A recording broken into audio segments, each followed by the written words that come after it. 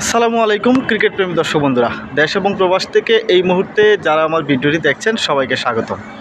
দর্শক বন্ধুরা, এবার বাংলাদেশের বিপক্ষেই খেলবেন সাকিব আল হাসান। কি আমার কথায় আপনাদের খটকা লাগছে? বিশ্বাস করছেন না তো?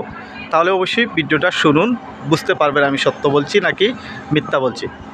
দর্শক বন্ধুরা, টি-20 থেকে অবসরে যাওয়া ক্রিকেটারদের নিয়ে হবে এশিয়ান লিজেন্ড লিগ, আর সেখানে বাংলাদেশের প্রতিনিধিত্ব করবে বাংলা টাইগার্স, এবং বাংলা টাইগার্সের হয়ে বাংলাদেশের ক্রিকেটাররা অংশগ্রহণ করবেন, যেখানে তামিম ইকবাল, মোহাম্মদ আশরাফুল এই দুইজন ক্রিকেটারও থাকবেন এশিয়ান লিজেন্ডস লিগে বাংলা টাইগার্সের হয়ে।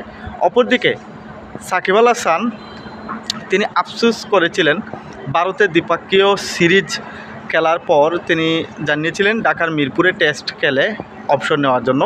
টি-20 বিশ্বকাপেও তিনি অবসর নিয়েছিলেন অনেক আগেই, কিন্তু বাংলাদেশের রাজনৈতিক পরিস্থিতির কারণে দেশের মাটিতে আসা হয়নি সাকিব আল হাসানের, এবং দেশের হয়ে ক্রিকেট খেলা হয়নি। অন্যদিকে বাংলা টাইগার্সও সাকিব আল হাসানকে দলে নেয়নি, দলে নেওয়ার চেষ্টা করেনি, কারণ না নেবারই কথা, কারণ যে দলে তামিম ইকবাল, মোহাম্মদ আশরাফুলরা আছেন সেখানে সাকিব আল হাসানকে না নেওয়াটাই স্বাভাবিক। এছাড়াও আরও অনেক ক্রিকেটারই আছেন, তবে সাকিব আল হাসান খেলবেন এশিয়ান স্টার্সের হয়ে, এবং আগামী 12ই মার্চ এশিয়ান স্টার্স বনাম বাংলা টাইগার্সের ম্যাচ রয়েছে, যেখানে সাকিব এবং তামিম উভয়ই খেলবেন একে অপরের বিপরীতে। এশিয়ান স্টার্স সাকিব আল হাসানকে দলে নিয়েছে, এবং সাকিব আল হাসানের সাথে আরেকজন বাংলাদেশি আছেন এশিয়ান স্টার্সের হয়ে খেলবেন, তিনি হচ্ছেন অলোক কপালি। এই দুইজনকে দেখা যাবে বাংলাদেশের বিপক্ষে খেলতে। সাকিব আল হাসান নিজেও এতদিন বাংলাদেশের হয়ে খেলেছেন, এবার অবসর নিয়ে বাংলা টাইগার্সের বিপক্ষে খেলবেন।